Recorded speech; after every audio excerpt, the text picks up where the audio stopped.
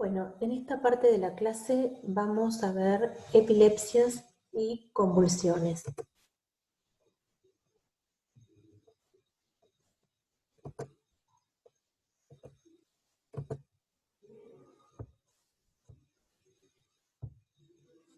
Bueno, la epilepsia en realidad es una enfermedad que ha sido descrita desde tiempos muy antiguos.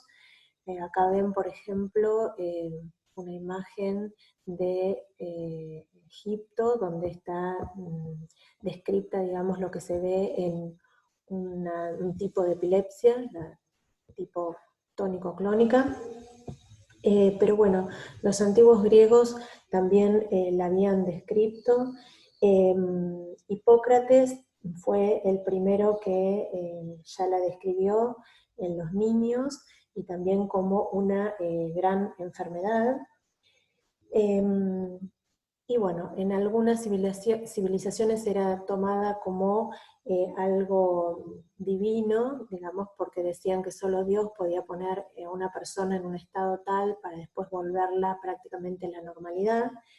Y en otras civilizaciones era tomado como un mal presagio e incluso se posponían ciertos eventos si había una persona con una crisis epiléptica. Bueno, ya en los tiempos más modernos, alrededor de 1970, la OMS la reconoce como un importante problema en la salud pública y lleva a cabo, junto con otras organizaciones de epilepsia, una campaña mundial bajo el lema de salir de la sombra. Esto está relacionado con que esta enfermedad ha estigmatizado a quienes la padecen a lo largo de la historia, pero incluso en los años 70 en el Reino Unido se prohibía el casamiento, en la India y en la China se podía anular el casamiento, y en los Estados Unidos se les prohibía el acceso, por ejemplo, a lugares públicos. Bueno, todo esto hoy en día, por suerte, ha cambiado bastante. Bueno, la definición que da la OMS para esta patología dice que es una enfermedad cerebral crónica, entonces esto es importante, que afecta a las personas de todos los países y se caracteriza por convulsiones o crisis convulsivas recurrentes, ¿sí? La convulsión que dura varios minutos se la define también o se le llama crisis epiléptica o crisis cerebral. Y de acá, por ahí surge, digamos que hay confusión con los términos, ¿no? Pero entonces, la convulsión, ahora la vamos a describir, pero es un signo clínico determinado que a veces se llama crisis epiléptica, ¿sí? Entonces, la convulsión es un signo transitorio caracterizado por una actividad neuronal en el cerebro que lleva a determinados hallazgos físicos que se caracterizan básicamente por una contracción y distensión repetida y brusca de varios músculos. Eso es una convulsión. Ahora bien, entonces, de acuerdo a lo que vimos de cómo se define la epilepsia y a lo que es la convulsión, la pregunta es lo mismo una convulsión que la epilepsia? Bueno, la realidad es que no, ¿sí? Entonces, la epilepsia, según la definición, tiene que ser crónico, es decir, que una persona para ser diagnosticada como epiléptica tiene que haber sufrido varias crisis epilépticas o varias convulsiones, ¿sí? La convulsión entonces sí es un signo característico que se da en la epilepsia, pero puede darse en personas por determinadas causas aisladas sin que sean epilépticos. Ahora sí, la epilepsia tiene una prevalencia muy alta, ¿sí? más o menos entre 500 y 1000 personas cada 100.000 habitantes, que si miran acá en el mapa, tiene mayor prevalencia en las zonas o en los países menos desarrollados. Generalmente la incidencia se da en la primera década y en la séptima década de la vida, ¿sí? Es decir, en la niñez o ya entrando casi en la vejez. Hay mayor mortalidad en los grupos no controlados y con lesiones cerebrales, y lo que dijimos, mayor proporción en países en vías de desarrollo. Esto estaría relacionado más que nada con que tienen más riesgo de sufrir determinadas afecciones que terminan provocando daños cerebrales y por lo tanto una epilepsia. Bueno, ¿cuál es la etiología de las crisis convulsivas? Bueno, estas pueden ser idiopáticas. Recuerden que la palabra idiopática es cuando no se sabe básicamente cuál es la causa, pero acá podríamos incluir que hay una determinada influencia genética en la epilepsia. Esto está dado porque hay personas que tienen un bajo umbral convulsivo y por lo tanto tienen facilidad para sufrir crisis en situaciones, por ejemplo, como la fiebre, el estrés o la privación del sueño. Se sabe que hay un rasgo genético que puede ser transmitido y determinado tipo de epilepsias que estarían relacionadas con mutaciones de algunos genes. Pero muchas veces las crisis convulsivas pueden ser secundarias a otras cosas. Por ejemplo, a errores congénitos durante el desarrollo, a malformaciones hereditarias, anoxia cerebral. Esto puede ocurrir, por ejemplo, durante el parto, en algunos o muy pocas veces en las convulsiones febriles. Sí se da mucho, por ejemplo, en pacientes que sufren ACV, sobre todo los ACV hemorrágicos. Secundarias a tumores, muchas veces la presencia de un tumor cerebral, el primer signo es una convulsión. Traumatismos, es decir, lesiones traumáticas a nivel del encéfalo, pueden hacer que una persona sufra crisis convulsivas, incluso pueda definirse como una epilepsia. Enfermedades degenerativas del sistema nervioso central, y también está asociada a algunas infecciones y a tóxicos, ¿sí? Por ejemplo, el alcohol puede, por supuesto, en exceso, puede dar una epilepsia que se la denomina epilepsia alcohólica. Bueno, la clasificación clínica, tanto en las de origen primario como secundario, se las puede clasificar como crisis epilépticas parciales o crisis focales. Parciales o focales o crisis generalizadas. Acá lo que se ve es el electroencefalograma normal, cuáles serían las ondas de un electroencefalograma normal, y qué ocurre cuando la crisis es parcial. Fíjense que se caracteriza porque generalmente no hay pérdida de conciencia, la descarga ocurre en un determinado área limitada de la corteza cerebral y no se expande, digamos, y lo anormal, digamos, en el registro del electroencefalograma va a ocurrir en determinadas derivaciones, siendo otras totalmente normales, teniendo ondas normales. La crisis generalizada se caracteriza por, como dice el nombre, entonces, por una descarga que abarca ambos hemisferios.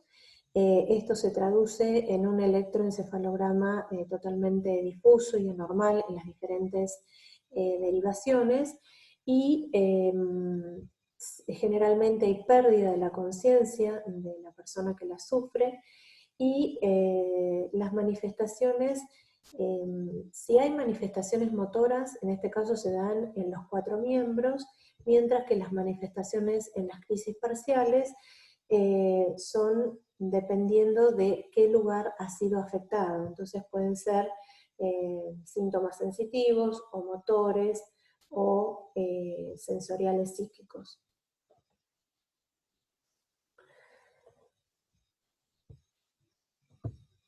Bueno, los síntomas básicamente van a depender si las crisis, como dijimos, son generalizadas o son focales. Pero en ambos casos se suelen dar lo que se denominan los pródromos.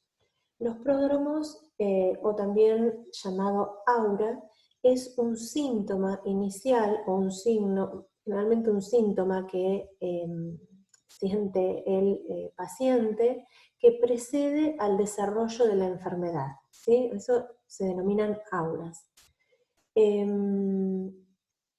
Estos pueden ser muy sutiles, que pueden ir, por ejemplo, desde un cambio de humor, irritabilidad o cambios en el sueño. Generalmente son cortos y, como dijimos, pueden incluso, esto es lo que le da la alerta. Quienes tienen estos pródromos en realidad alertan al paciente de que van a tener una crisis. Entonces en algún punto es beneficioso, porque el paciente puede avisar que le va a dar una crisis y por lo tanto, por ejemplo, tirarse en el piso o en algún lugar cómodo. Incluso algunos pacientes, rememorando las sensaciones estas prodrómicas, pueden llegar a provocar una crisis. Los síntomas entonces dijimos que van a depender si son focales o generalizadas. En el caso de las focales son sumamente diversos porque, como dijimos, va a depender del foco o del lugar de la corteza cerebral que esté afectada. Por ejemplo, si está afectado o la descarga se da en el lóbulo frontal, puede verse desviación de los ojos o enuresis. Si es en el área motora, pueden haber contracciones un poco parecidas a las que se ven en las crisis generalizadas, pero puede haber disfasia, por ejemplo. Si es en el área sensitiva, pueden haber parestesias, pueden sentir dolor. Si es en el lóbulo occipital, pueden tener alucinaciones visuales que se dan, por ejemplo, que ven luces, chispas. Si es en el lóbulo temporal, pueden haber sensaciones bastante indefinidas, por ejemplo, gustativas, digestivas. Por lo tanto, son bastante diversos, ¿no? Como dice acá. Cuando hablamos de las crisis generalizadas, en estas ya son como más características y pueden ser tónicas, es decir, en estos casos hay una contracción generalizada de los músculos que hacen que la persona se golpee la cabeza, si esto ocurre en flexión, o si ocurre en extensión, es el movimiento hacia atrás y por lo general suelen tener a veces la luxación del hombro por la caída. Pueden ser clónicas, donde lo que se observan son mioclonías, es decir, las contracciones o sacudidas musculares en forma espontánea de varios músculos. Pueden ser de tipo tónico-clónicas, estas son generalmente las más comunes, donde comienzan con la fase tónica, o sea, esta contracción generalizada en flexión o en extensión, y luego le sigue la fase clónica. Pueden ser amiotónicas, donde lo que hay es directamente una pérdida del tono de los músculos posturales y entonces el paciente se cae. Y pueden estar las que se denominan no convulsivas o conocidas como ausencias. Estas son generalizadas, pero justamente las que denominamos típicas, son en las que lo que se ve en el paciente, que por eso es muy difícil de darse cuenta, sobre todo si esto ocurre en los niños, es como una desconexión del paciente, interrumpe la actividad, los ojos se encuentran fijos y hay una inexpresividad de la cara. En algunos casos estas son atípicas donde se puede dar esto conjuntamente con alguna mioclonía. Estas se dan sobre todo en niños. Bueno, acá les muestra la figura las fases que definimos de las generalizadas con la fase tónica, la fase clónica y la fase de relajación que sigue a estos dos pasos, ¿no? Donde el paciente se relaja, puede haber pérdida de esfínteres, ¿sí? Y sale espuma, por ejemplo, por la boca. Generalmente cuando el paciente despierta, suele estar en un principio confuso, puede tener cefaleas intensas y luego duermen varias horas.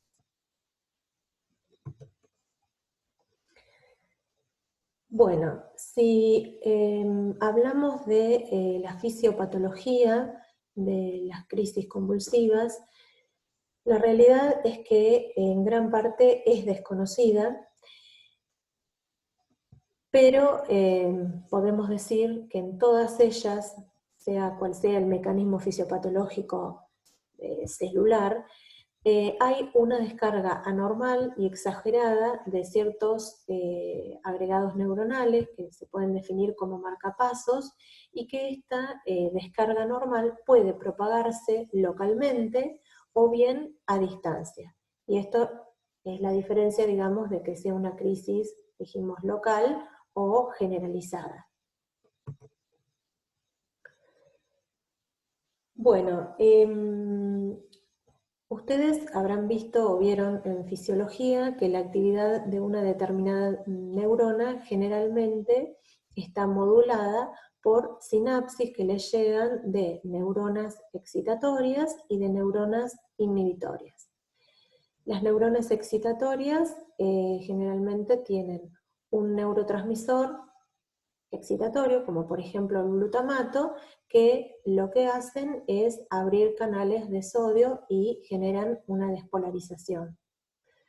Mientras que las que llamábamos neuronas de tipo inhibitoria liberan neurotransmisores inhibitorios, el ejemplo es el GABA, que activa canales de cloruro, entran cargas negativas y por lo tanto inhiben la despolarización, ¿sí? O repolarizan.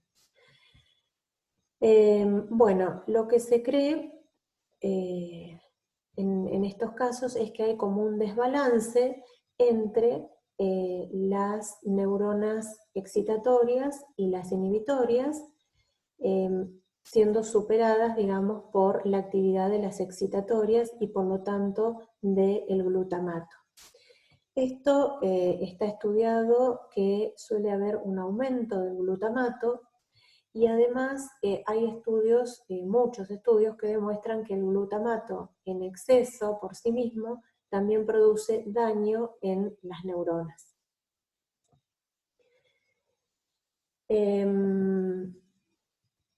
También hay estudios que afirman que hay denervación de neuronas cuyo neurotransmisor es la acetilcolina, siendo la acetilcolina un neurotransmisor de tipo excitador, y que hacen sinapsis con neuronas inhibitorias que liberan GABA. Entonces, si estas neuronas se destruyen, de alguna manera se inhibe la inhibición.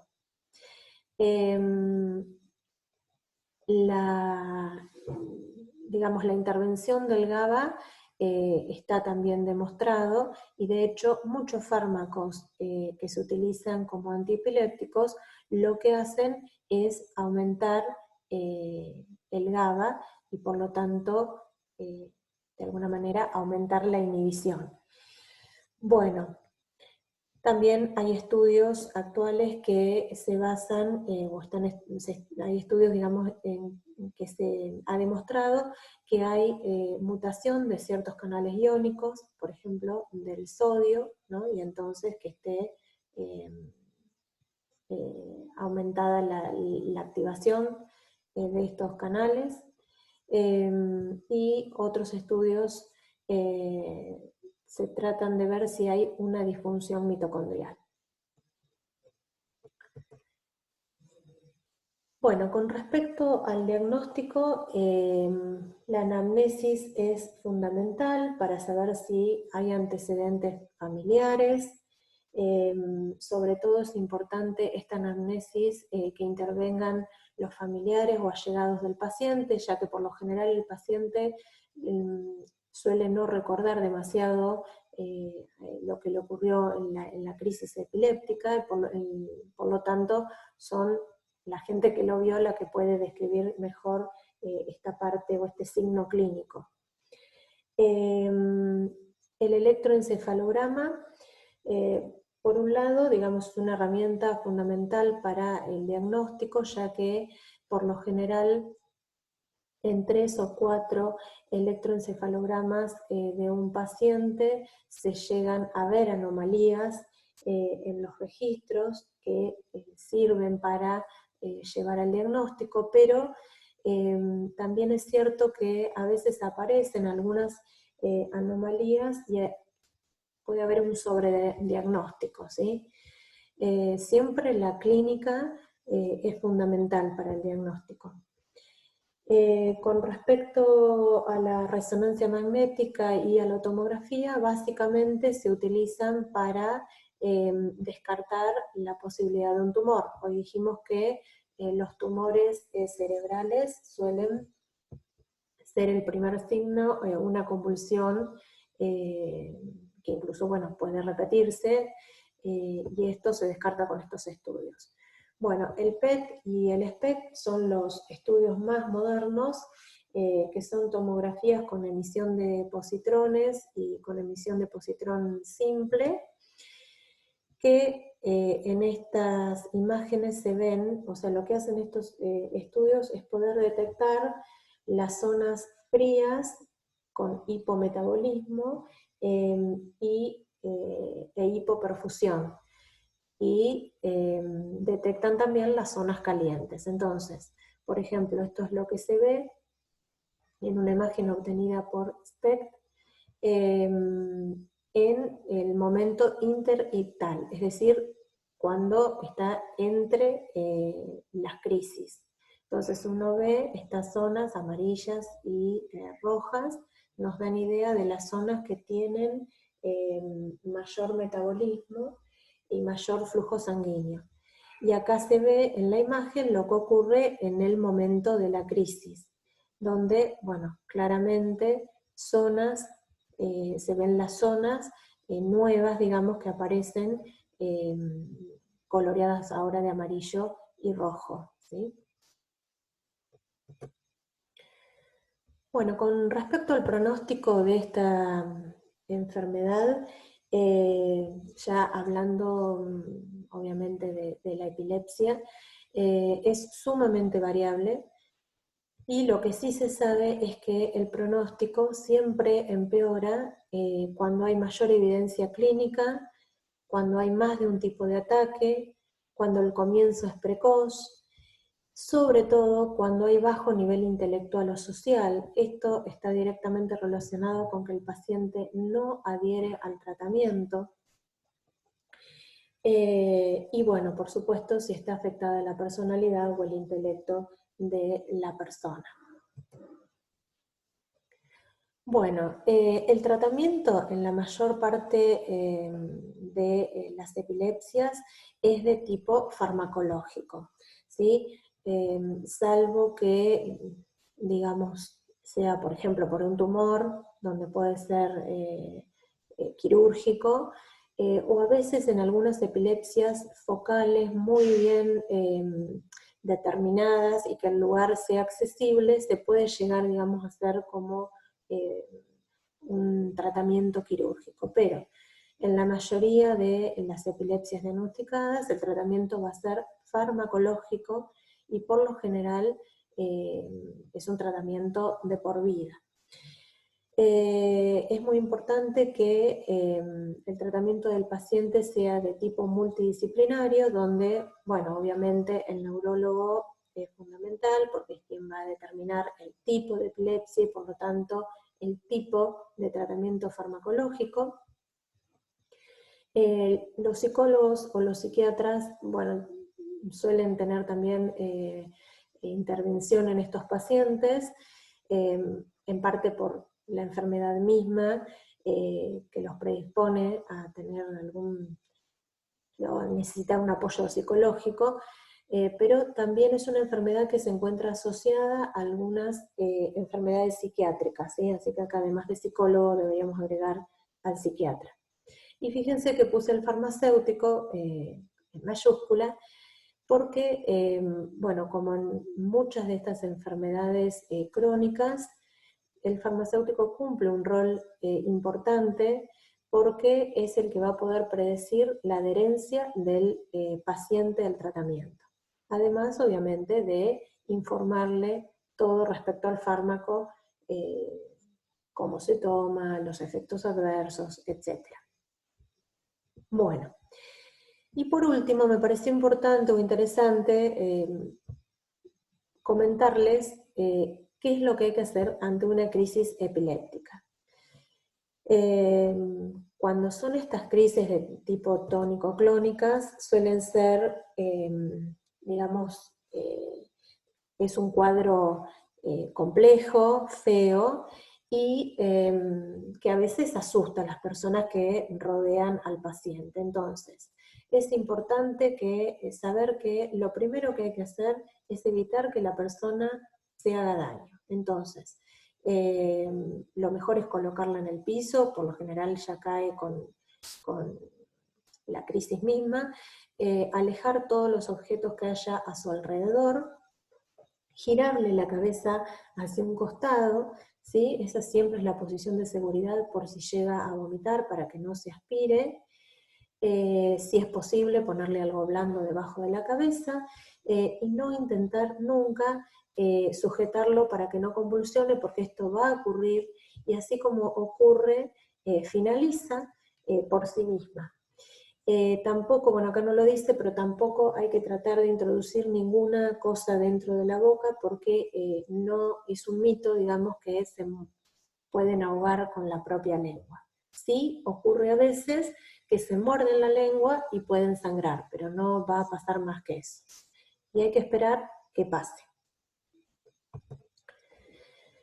Bueno, y un poquito aparte, puse el tema de las crisis febriles, porque bueno, acá está la definición, que es una convulsión asociada a una enfermedad febril en ausencia de una infección del sistema nervioso central o de un desequilibrio electrolítico en niños mayores de 1 mes sin antecedentes de convulsiones afebriles previas, ¿sí? Entonces, de vuelta, una crisis febril es diferente a una epilepsia, ¿sí? Por lo general los niños sufren crisis febriles, que a veces pueden ser una sola y no la tienen nunca más en su vida, a veces se puede repetir, pero muy pocas veces, si bien hay una pequeña asociación de que un niño que tiene crisis febriles de pequeño puede después llegar a ser epiléptico, esto generalmente no ocurre.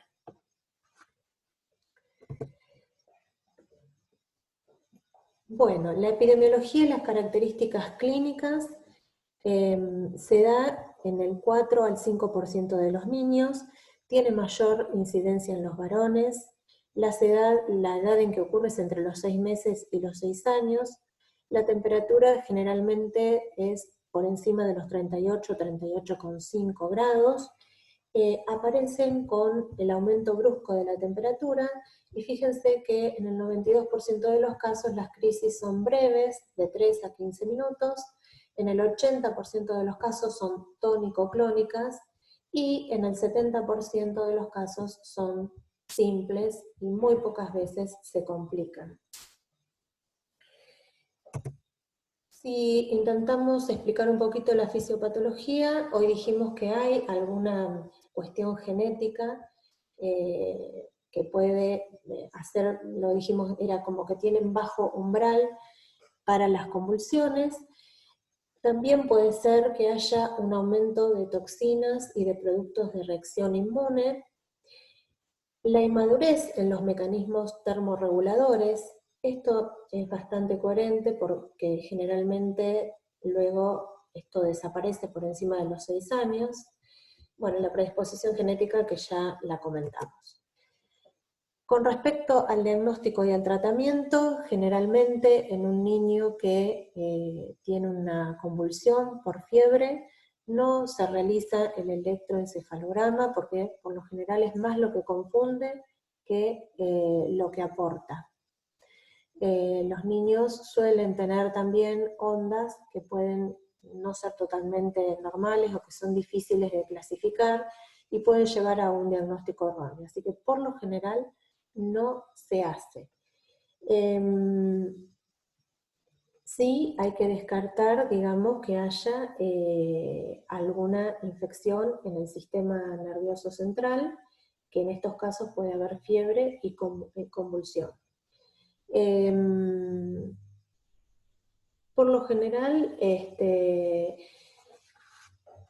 en estas crisis lo único que se hace es darle el diazepam, ¿sí? Que lo que hace es aumentar el GABA, lo mismo valproico o levetiracetam, pero generalmente el diazepam es lo que se utiliza, que se lo dan, digamos, para 2 días por lo general, y nada más. Sí, por ahí es importante que en los casos en que los niños tienen menos de 12 meses, los signos meningios de la meningitis pueden estar ausentes, y entonces en esos casos se puede llegar a hacer una punción lumbar para, digamos, descartar que sea una meningitis, pero solo en los niños menores de 12 meses. Y bueno, y acá es importante, digamos, la información a los padres. Generalmente esto asusta mucho, y bueno, lo que hay que decirles es que generalmente es un proceso aislado, que es un proceso benigno, que no deja secuelas neurológicas, que la mortalidad es nula, y que podría darse eventualmente otro episodio, o en el caso de los que tienen hermanos, pueden darse por lo que decíamos de la cuestión genética.